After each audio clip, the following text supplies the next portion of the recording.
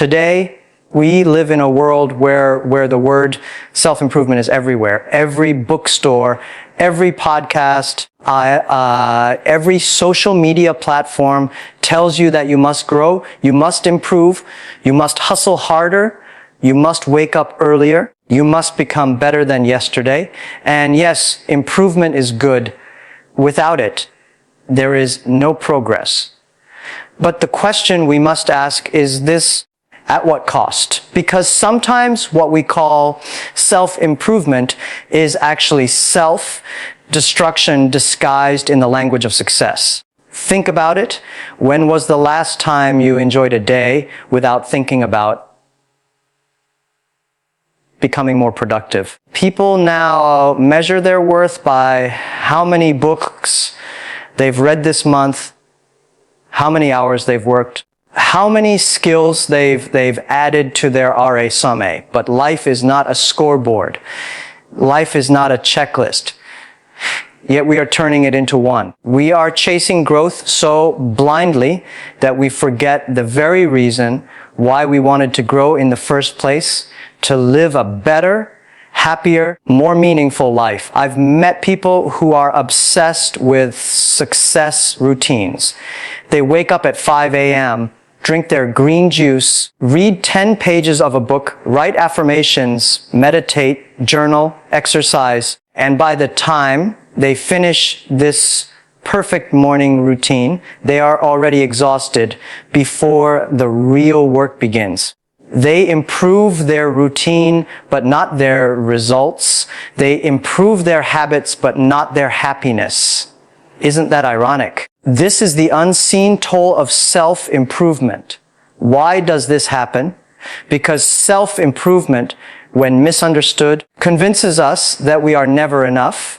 You read one book and suddenly feel guilty for not reading another.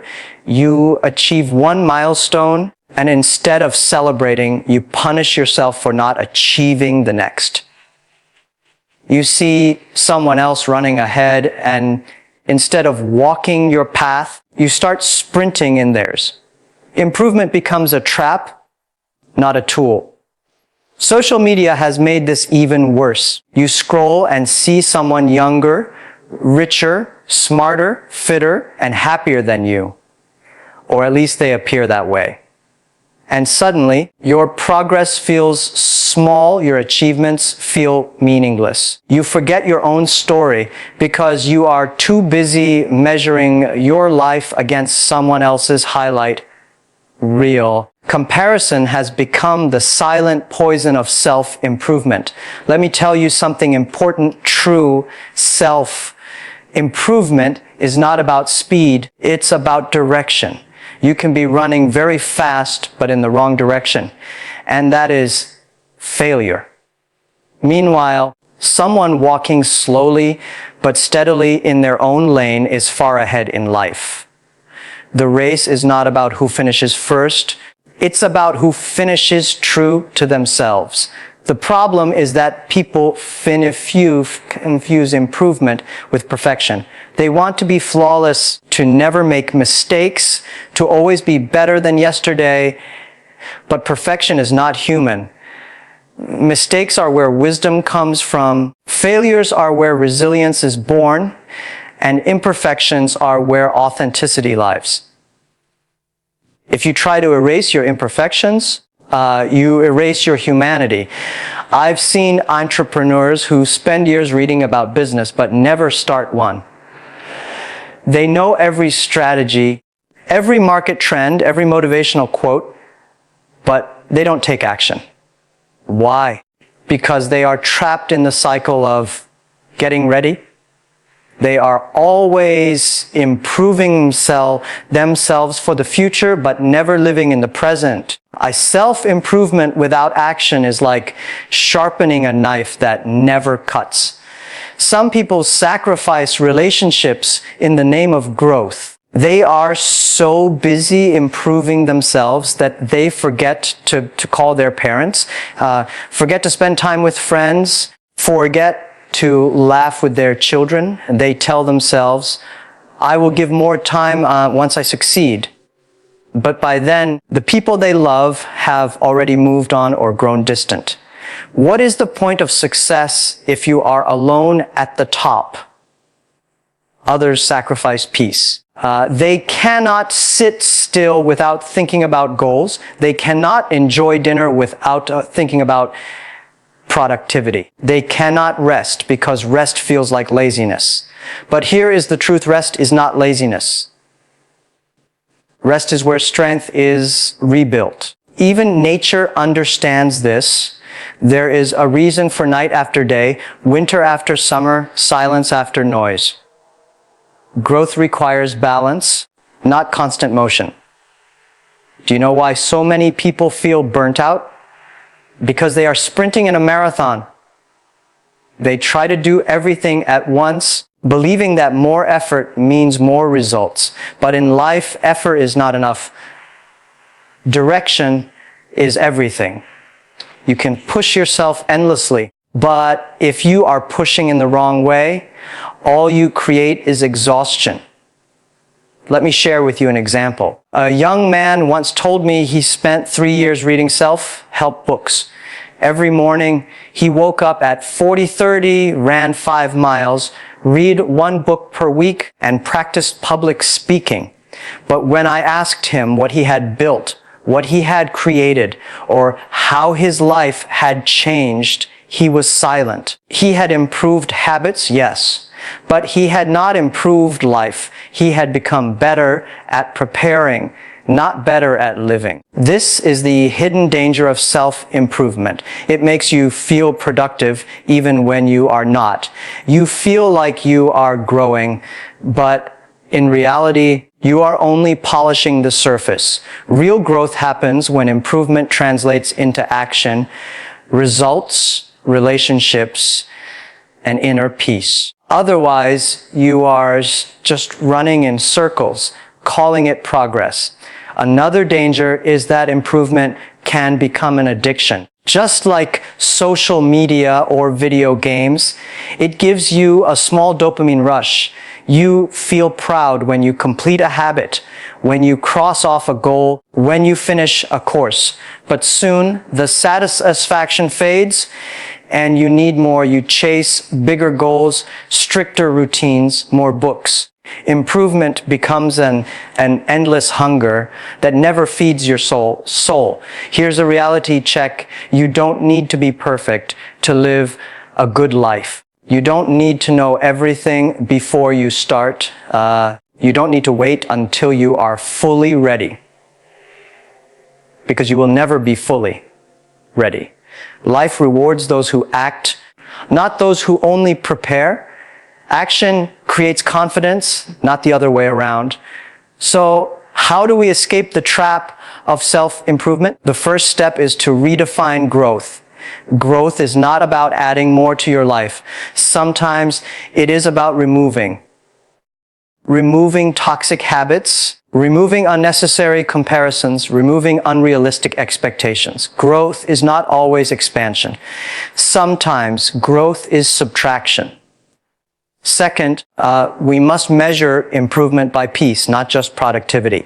Ask yourself, am I becoming calmer? Am I becoming kinder? Am I more present with the people I love?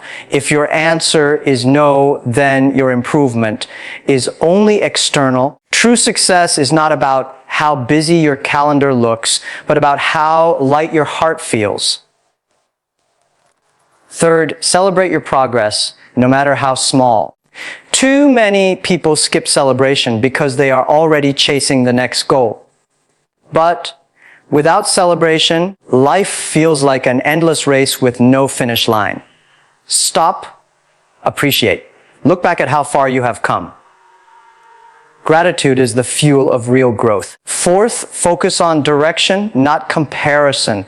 Your journey is yours alone.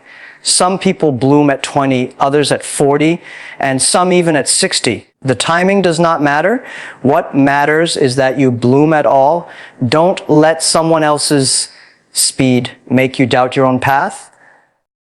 Finally, remember why you wanted to improve in the first place. It was not to look perfect to strangers. It was not to win a race nobody asked you to run. It was to build a life that feels meaningful, joyful, and true to you. If your improvement is stealing that life away, then it is time to pause and realign. Think about the irony. People chase freedom through self-improvement, but end up becoming slaves to it. They wanted to control their time, but now their time is controlled by routines. They wanted to be happier, but now they feel guilty for every unproductive hour. Freedom was the goal, but chains became the result. The truth is, balance is the highest form of self-improvement. Balance between work and rest. Balance between ambition and gratitude. Balance between becoming better and being enough. Without balance, growth is incomplete. With balance, even small growth feels fulfilling. Let me ask you this. If you died tomorrow, would you regret not reading another book? Or would you regret not hugging your family more, not traveling to places you dreamed of, not living with peace and joy? At the end of life, it's not your improved self that matters. It's your experienced self. So yes, improve yourself, but do not lose yourself. Work hard, but don't forget to laugh. Dream big, but also enjoy the little things. Learn, but also live. Improvement should give you life, not steal it. Every successful person I have met has one thing in common. They know when to stop improving and start living. They understand that improvement is a tool, not a destination. They use it to sharpen themselves, but they do not worship it. They know that life is not about being perfect, but about being present. If you want real success, stop trying to improve everything at once. Instead, focus on what truly matters to you. Maybe it's your career, maybe your family, maybe your health, maybe your peace of mind. Improvement without focus is chaos. Improvement with focus is transformation. And remember this, joy is not found at the end of the self-improvement journey.